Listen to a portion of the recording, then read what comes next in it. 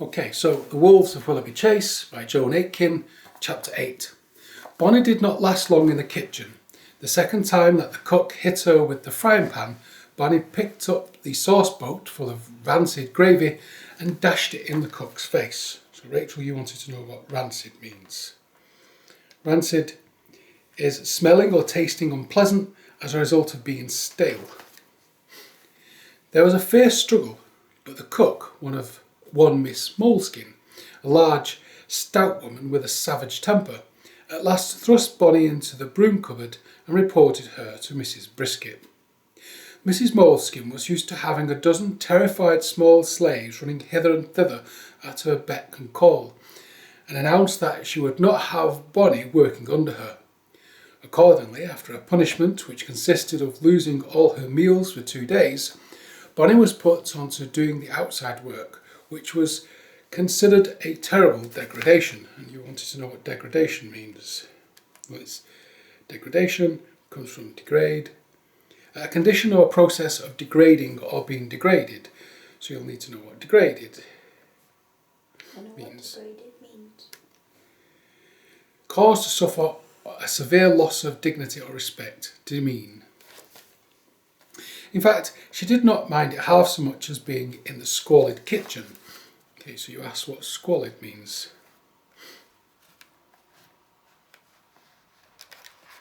Squalid, extremely dirty and unpleasant. Outside work meant fetching in coal and kindling, lighting fires, sweeping the front and back steps, cleaning windows and doorknobs, digging the front garden and looking after the poultry. Bonnie, who was as strong... What's the poultry? Chickens and such like. Bonnie, who was as strong as a pony, bore her 2 days' starvation with stoical fortitude. So, do you know what stoical is? No. Or fortitude. Well, a stoic was a member of an ancient school of philosophy. And a stoical means enduring pain or hardship without showing one's feelings or complaining. Stoical. Twice Sylvia slipped her a piece of bread, but the second time she was caught by Alice, who snatched the bread and ate it herself, subsequently reporting the affair to Mrs. Brisket. Sylvia had to forego... So she didn't report it? No, she did report it. She said subsequently, which means after. Sylvia had to forego her own supper, and after that Bonnie would not let her sacrifice herself.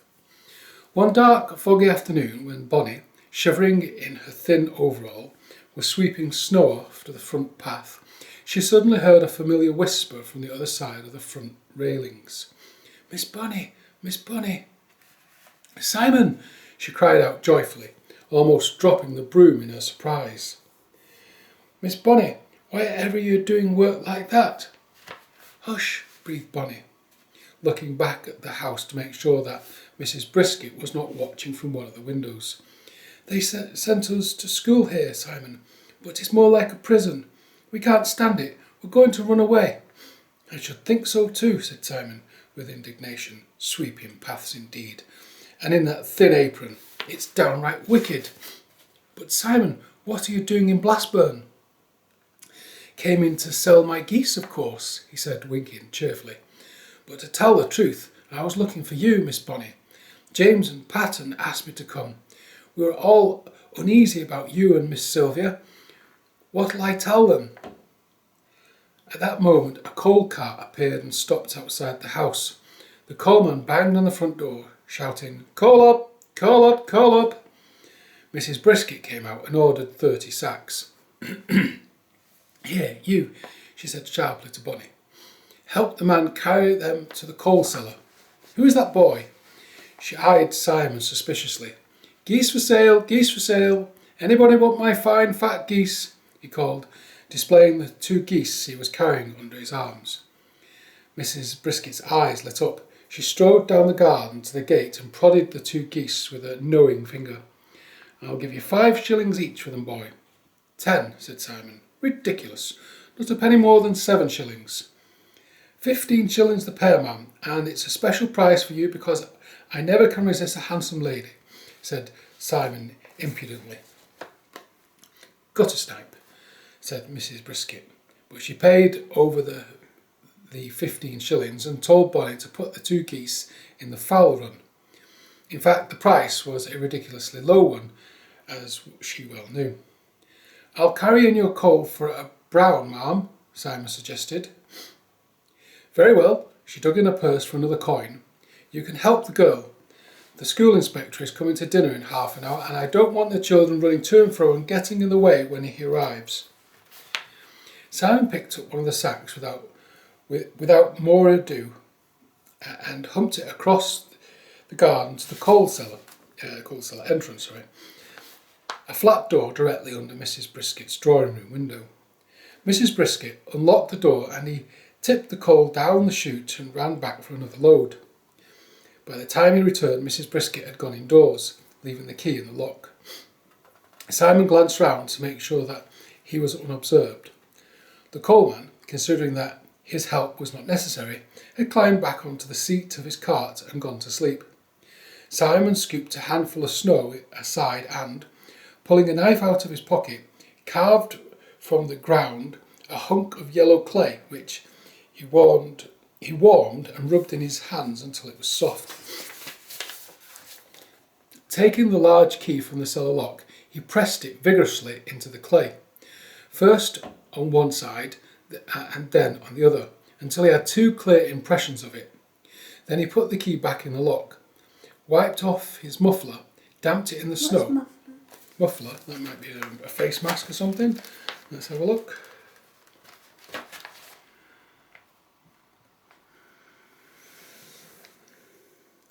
A wrap or scarf worn around the neck and face for warmth.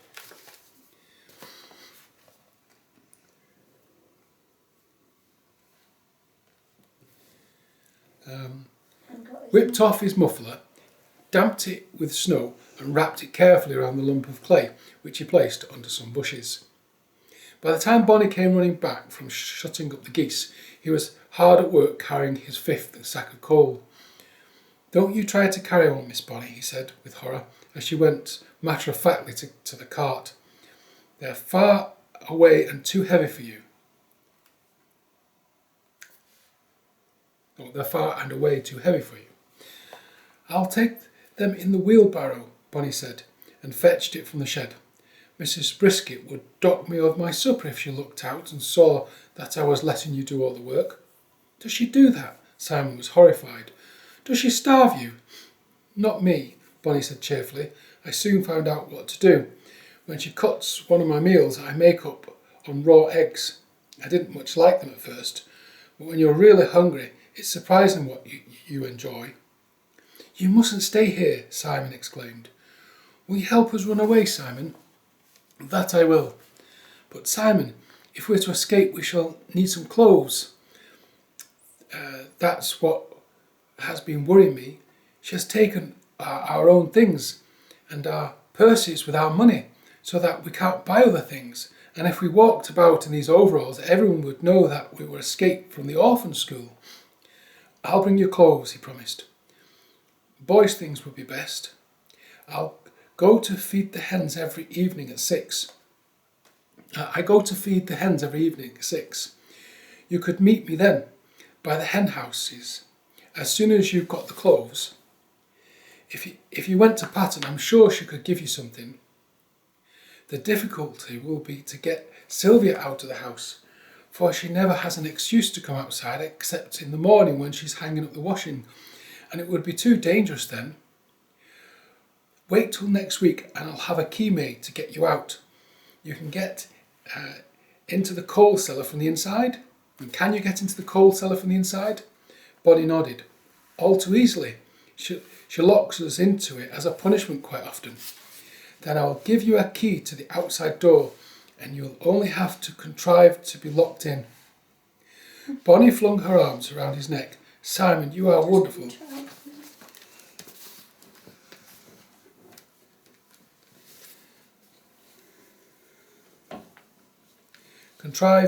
Devise a plan using skill and artifice. So she's got to devise a way to get it to be locked up into the cellar. What does that mean, like divide? Come up with a plan. She's got. He'll give her the key, but then she's just got to figure out, be naughty to get locked into the cellar. Now I must fly back, or I shall be punished for loitering. Simon watched until she had run indoors. Then he shied the last lump of coal to wake the driver. Then he shied the last lump of coal to wake the driver of the cart from his beery slumbers, carefully took his piece of clay from its hiding place in the laurel bushes, and holding it as if it were the most precious gold, walked swiftly away to the nearest locksmith. Sylvia was obliged to miss her tea. She had been given a dress of Dinah briskets to mend, and the task had taxed even her skilful needle, so disgracefully torn were its delicate flounces. Her head ached, and her cold fingers was less nimble than usual. What is nimble? Nimble is like thin. Delicate, quick and light in movement or action. So light.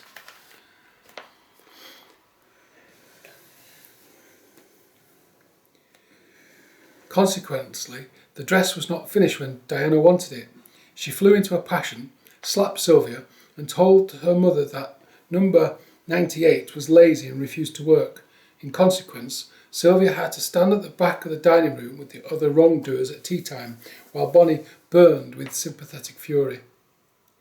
During sewing time after tea, Bonnie chose a moment when Mrs. Brisket was out of the room, crept round to Sylvia, and pressed something into her hand. Eat it quick before she comes back. Sylvia looked at what was in her hand and saw with amazement that it was a little cake, crisp and hot from the bakery. Where did you get it, Bonnie? It must be from Simon. I found 2 of them in the nesting boxes when I went to collect the eggs. If I'd known that horrid wretch Diana would make you miss your tea, I'd have saved mine for you too. And she whispered to Sylvia the news of Simon's plan for them. Sylvia was pale already, but she became paler still with excitement. Escape? Oh, Bonnie, how wonderful! Here, you finish this cake. I think I'm too excited to eat. And she coughed. No, you must eat it, Sylvia. You had no tea. I can't. My throat is too sore. Where shall we go, Bonnie? Well, Bonnie whispered, frowning, we can't very well go back to Willoughby Chase, for they'd search for us there at once, and if James and Patton tried to help us, they'd get into trouble. Are they not at Willoughby Chase? No, they're in the orphan school near Blackburn. What do you say to trying to get to London to see Aunt Jane? Oh, Bonnie, yes, dearest Aunt Jane. How I long to know if she is all right.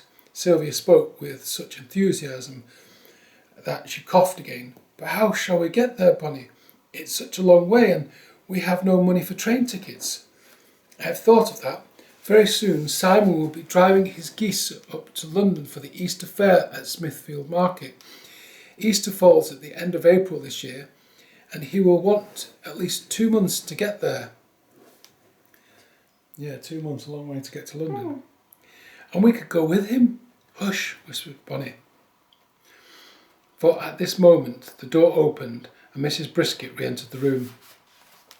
She cast her usual suspicious glance around the assembled children before beginning to read aloud from a volume of sermons, and they bent their heads and pretended to be busy themselves over their work. Is sermons Bible? Yeah, it's a teaching from the Bible. A sermon, a talk on a religious or moral subject, especially one given during a church service based on a passage from the Bible. Every night that week, when Bonnie went to feed the hens and collect the eggs, her pleasantest task of the day, she felt a tremor of excitement. Would the key and clothes be there? But Tuesday, Wednesday, Thursday and Friday evenings went by without her discovering anything unexpected in the hen house. On Saturday there was another inspection by the education officer, this time in the morning. He had really come to invite Mrs. Brisket to dine with him the next day, but she always seized the opportunity of showing him how well behaved and biddable her pupils were. I think it's biddable actually. How well behaved, I think. How they are.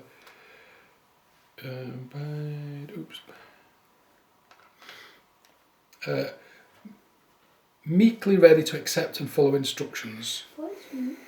Meek. Okay, meek is quiet and gentle and submissive.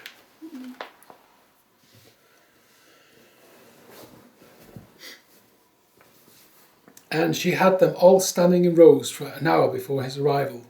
The strain of this was too much for poor Sylvia. Drenched through every day with the cold water in the icy, draughty laundry, she had taken a bad cold and was flushed, heavy-eyed and feverish. Just as the inspector entered the room where she stood, she fainted quietly away. "That child, ma'am, is ill," said Mr. Friendship, pointing to her with his cane. "Very likely it is all a pretence," exclaimed Miss Brisket, looking at Sylvia with dislike.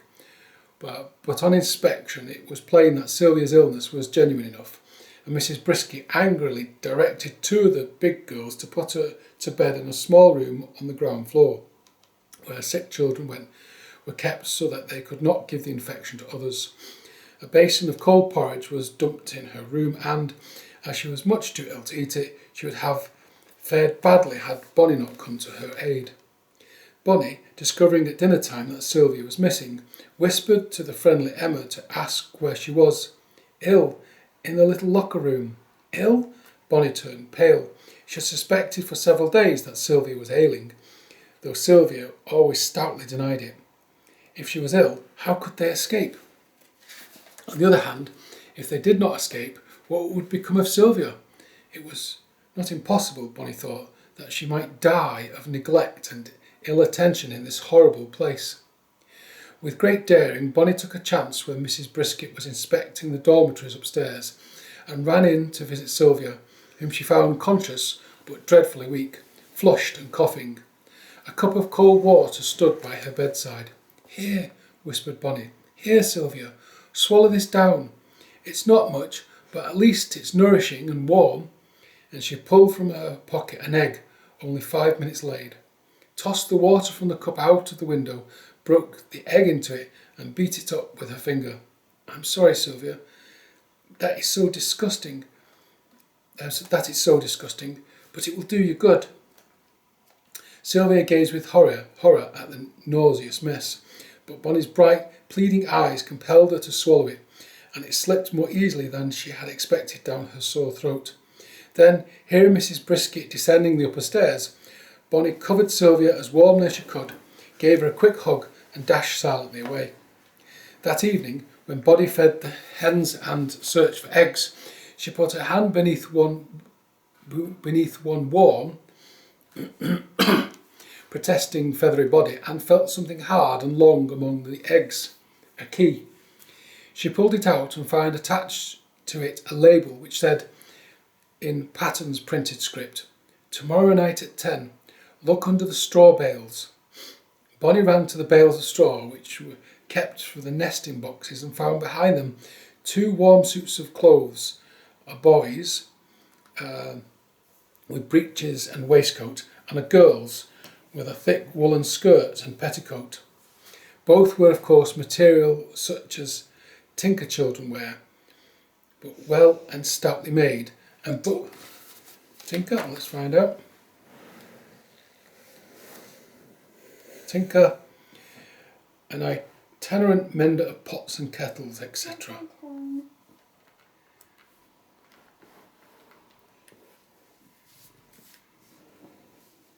Somebody who travels from place to place, itinerant.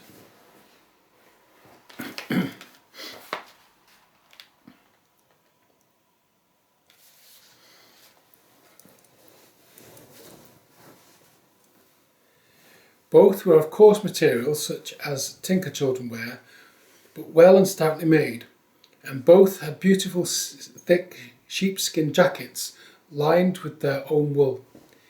In the pocket of each jacket was a golden guinea. Bonnie guessed that the boy's was for her and the girl's for Sylvia, for Sylvia could never be got to look like a boy. Oh, how clever and good Simon is. She must have got Pattern to help him. But will Sylvia be able to travel? We must manage it somehow. She bit her lip with worry. Snatching the opportunity while it was dark and there was nobody about, Bonnie carried the 2 bundles of clothes indoors and hid them in the coal cellar behind a large mound of coal while she was supposed to be filling Miss Brisket's evening coal scuttle and making up her fire. During the evening she seized another chance to take a fresh egg to Sylvia and whispered the news to her. Poor Sylvia dutifully swallowed the egg and tried to be excited by the plan, but she felt so weak and ill that she was sure she would never manage the escape, though she dared not tell Bonnie this. Bonnie could see for herself, though, how frail Sylvia looked, and she became more worried than ever. Sunday passed in the usual tasks. Mrs. Brisket departed after 10 to the party at Mr. Friendship's, leaving the school in charge of her daughter Diana, who, as her custom was, immediately began to bully and harry the children, making them fetch and carry for her, iron her clothes, curl her hair, and polish her shoes. Mrs. Brisket had forbidden her to leave the house, but she had no intention of staying in, and was proposing to visit a bazaar on the other side of the town, having calmly taken some money from her mother's purse. "Here you," she called, seeing Bonnie hurrying past. "Where are you going with that hangdog look? Come here." Bonnie came, as if unwillingly. "What have you got in your pocket?" Bonnie made no reply. Diana thrust in her hand and let out a shriek of disgust. She withdrew it and stared at her fingers, which were dripping with egg yolk. "Thief! Miserable little thief! Stealing the eggs from my mother's hen house." She raised the dripping hand and slapped Bonnie's face with it. 6 months ago, Bonnie would have slapped her back, and heartily, but she was learning patience and self-command. To be embroiled in a struggle with Diana was not part of her plan, though she longed to box the girl's ears. "I was taking it to Sylvia," she said steadily. "Your mother is starving her to death. She has had nothing to eat all day but 2 raw onions." "Is that any business of yours?" "Very well," said Diana, white with temper. "Since you think you can look after Sylvia so well, you shall look after her. You can look after each other in the coal cellar. Alice, help me shut them in." Alice and a couple of the larger, worse-natured girls willingly did so. Others remonstrated, as Bonnie was pushed and Sylvia, still in her nightclothes, half carried into the dark, dirty place. "You shouldn't do that, Miss Diana. Sylvia's ill. It will make her worse," exclaimed Emma. "Hold your tongue. Who asked you to interfere?" shouted Diana, and slapped her. The door was locked, and the key put into its accustomed place on Mrs. Brisket's parlour mantelpiece.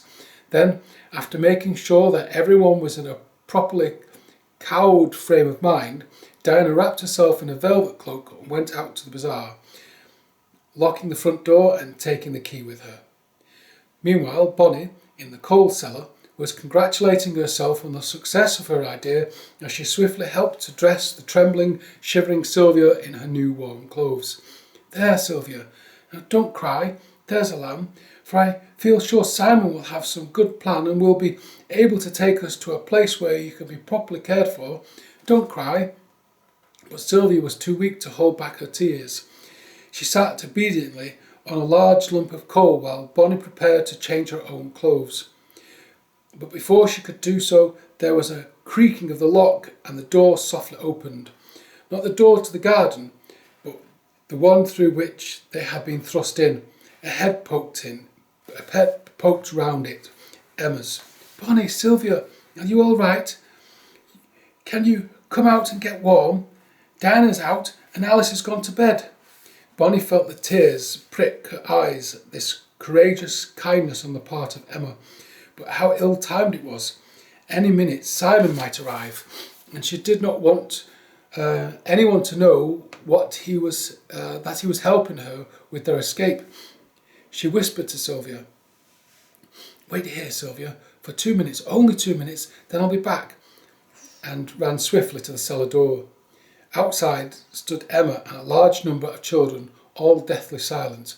In the passage that led from the kitchen, one of them pointed upwards, meaning that they must make no sound for fear of Alice. Bonnie was amazed and touched. She had no idea how popular her bright face and friendly ways had made her with the other children in the fairly short time she had been at Mrs. Brisket's. Impulsively, she hugged Emma. Emma, I won't forget this. If ever I get away from this hateful place, and oh, I pray it will be tonight, she said to herself, I'll send back somehow and get you out too. But Sylvia and I mustn't leave the cellar. If Mrs. Brisket or Diana came back, and you would get into dreadful trouble. She looked at the children's anxious, eager faces and wished that she could do something for them. Suddenly she had an idea. She ran to Mrs. Brisket's parlour and brought out the large hamper of cheese which the headmistress kept for rewarding tale-bearers. Here, quick girls, eat this up. She tossed out the chunks of cheese in double handfuls to the ravenous children. Cheese, oh Bonnie, cheese, wonderful cheese. They had gobbled up most of the savoury lumps before Emma suddenly exclaimed, But what will Mrs. Brisket say? I'll take care of that, said Bonnie grandly. She had been scribbling on a sheet of paper. This is to pay for the cheese. And she now signed it with her name, fetched the guinea piece from her jacket pocket and put it with the paper on Mrs. Brisket's writing desk. There, she'll be angry, but she'll see that I am the one to blame. Now, Emma, you must lock us up in the cellar again and put back the key. Yes, as Emma protested, I promise that will be the best in the end. And she nodded vigorously to show that she meant it, and went back into the cellar. With great reluctance, Emma locked the door again. Instantly, Bonnie flung off her brown overall and hustled on her boy's clothes, which felt very thick and strange but comfortable. Oh, how funny I must look. I wish we could see ourselves. Here, Sylvia, I have saved a piece of cheese for you. Try to eat it. It will give you some strength. We must take our aprons with us. It won't do to leave them behind, or they will guess that we have got other clothes and maybe in disguise. She bundled them up and tucked them in her capacious pockets. Now for the key. Just for one awful moment it seemed as if the somewhat roughly made key would not open the outer door. However, wrapping a fold of her jacket over it and wrenching it with both hands, Bonnie got it round and raised the flap. A gust of snowflakes blew into her face. Good, it's snowing. So much the better. We shan't leave any footprints. Now, Sylvia, you'd better have my coat as well as your own. She buttoned it onto her cousin, who was really too ill and too weak to make any objections, and half pulled, half hoisted her up the slope down which the coal was poured. Then swiftly she relocked the door and put the key in her pocket and nudged Sylvia towards the gate with an arm round her shoulders. We can hide in the laurel bush, she whispered. There's a thick one besides the front railings. Then if Mrs. Brisket or Diana should come back, they won't see us. I can hear the town clock striking 10. Simon may be here at any moment. And indeed, as they reached the railings, they heard his voice whispering, Miss Bonnie, Miss Sylvia, is that you? Yes, it's us, Bonnie called back quietly and ran to open the gate.